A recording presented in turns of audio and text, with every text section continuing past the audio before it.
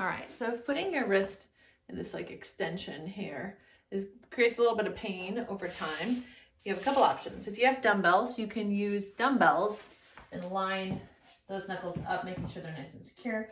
That can help line up your wrist so it's not in that extended position. Another thing you can do is make fists. If that's comfortable for you, you can line up fists just underneath your shoulders here to set up in that position.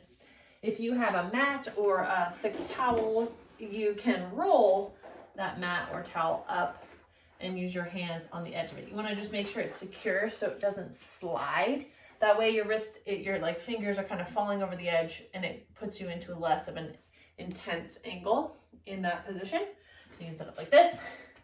And last, you can elevate the entire position up higher. So you could start down in that low position, but you can elevate onto a couch or a chair, still in that hand position, but your angle will look a little different and feel a little bit nicer on the wrists. You can do some rolling out if you have a tennis ball, which I had, tennis ball and lacrosse ball, just kind of putting some gentle pressure into your hand, just stretching out some of those muscles that might get tight. Another thing you can do is start with making fists and going into nice stretched out hands, fist to hands. So we're working all these like intrinsic muscles in your hand.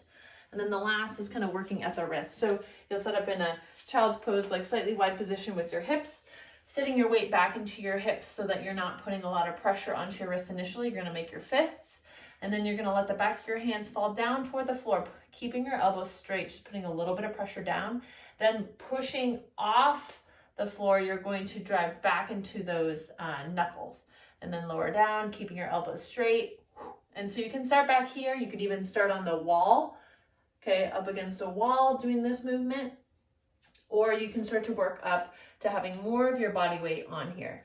Again, starting small, that might feel kind of intense at the beginning because you aren't doing stuff like that, but that is also an area we don't just want to move around the modification. We don't just want to modify if we can also strengthen, right? So if strengthening is not in the cards for you and modification is the best route, keep doing that. But I like to pair them both together. So enjoy.